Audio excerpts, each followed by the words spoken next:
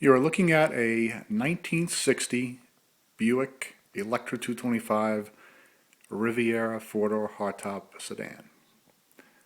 One of the nicest pieces of iron to come out of Detroit, I would say, ever. Car is an original paint, about 78,000 miles. So you're looking at single stage, factory applied acrylic lacquer with no clear coat. So heavy metallic in this color, gold gray. It is all on the surface, so the aluminum really gives it a amazing depth and vibrance. The color helps accentuate the lines of the car.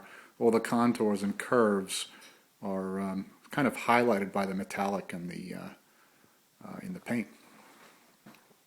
This particular model was the most expensive Buick you could buy in 1960. The Electra 225 was the longest car that they made. It's 225.6 inches long. That is where the name came from. They stretched the length of the car behind the rear wheels, I'd say about 6 inches further than the regular Electra, which they did have back then. That was both an Electra and Electra 225. The 225s were, that long, that 225 inches long. And they also shared the body with Cadillac. This roofline is identical to 1959 and 1960 Cadillac six-window photo hardtops. So, for example, you'll see this kind of interesting C-pillar treatment where this window here is actually offset a little bit from the other side glass, and there's a small piece of trim here that folds up to fill a gap. So that is exclusive to Buick and Cadillac for 1959 and 1960, and again only on the 225s. There was also another Electra 225 model, which was the four-window flat top. I think both of these cars were priced exactly the same, so it was a customer preference. This car has a taller roofline, so folks who like to wear hats back then usually chose this model. I think this one outsold the flat roof by like 3 to 1. As I mentioned, this color is gold gray. The interior on this car is midnight blue. It's a very interesting and rich color combination. This car was purchased new in Barrington, Rhode Island.